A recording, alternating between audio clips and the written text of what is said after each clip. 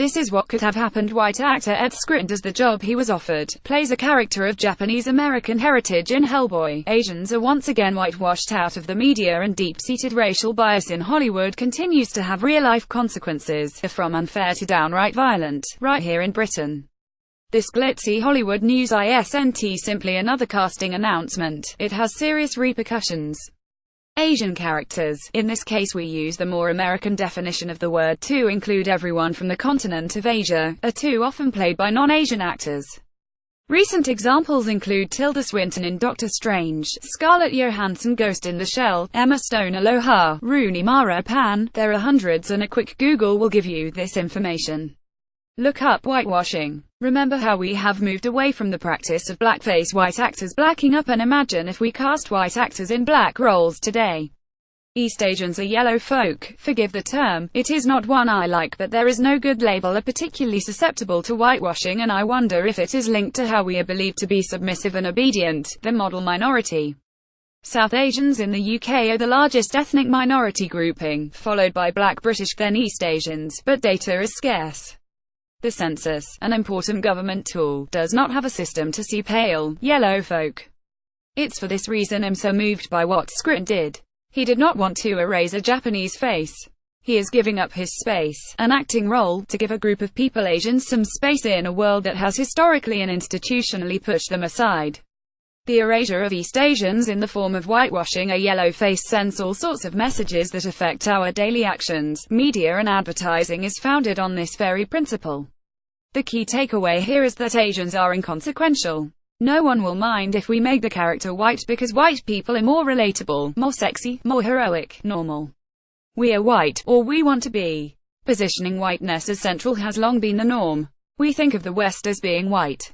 We associate Englishness with whiteness. The Print Room Theatre recently cast a play set in China with all white actors because they say it was an English play. We are not used to seeing people of colour in our costume dramas, though people of colour have been integral to British history for centuries. We are not taught about our violent colonial history, and we misremember the Commonwealth as a thing of equally shared wealth. Beauty standards are white, straight hair, fair skin, large eyes, curvy bodies. I'd rather not go into the rhetoric behind UKIP, Brexit and Trump, where that old story of whiteness and white culture under threat is being sold to us. Consider culture as a way of life usually grown in a geographical location as opposed to an attachment to skin colour. A British person of Chinese descent might love chips more than rice.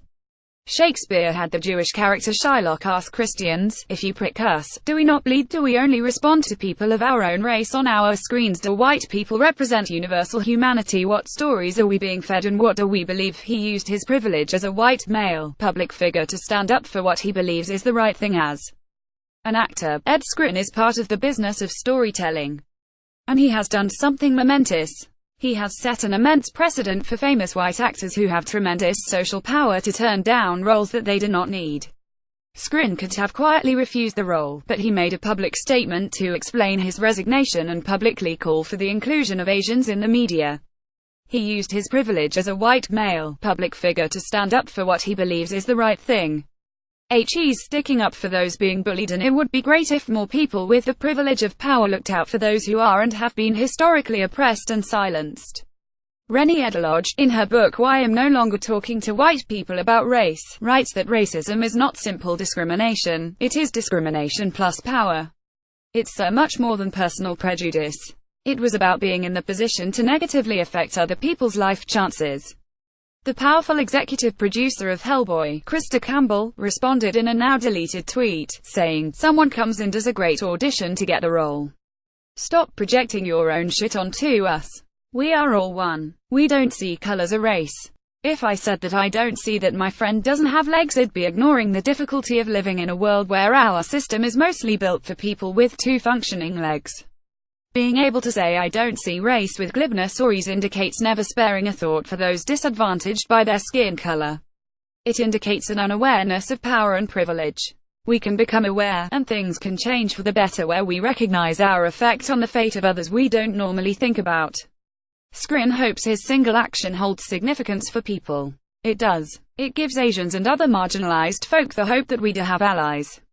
The producers of Hellboy issued a statement that casting a white actor in an Asian role was unintentional. "I want Skrein's action to inspire all makers, storytellers, cultural institutions, all ordinary people on the street, to examine your unintentional bias, to recognize the power you wield and to use it as best you can." Vera Chok is an actor, writer and performance maker.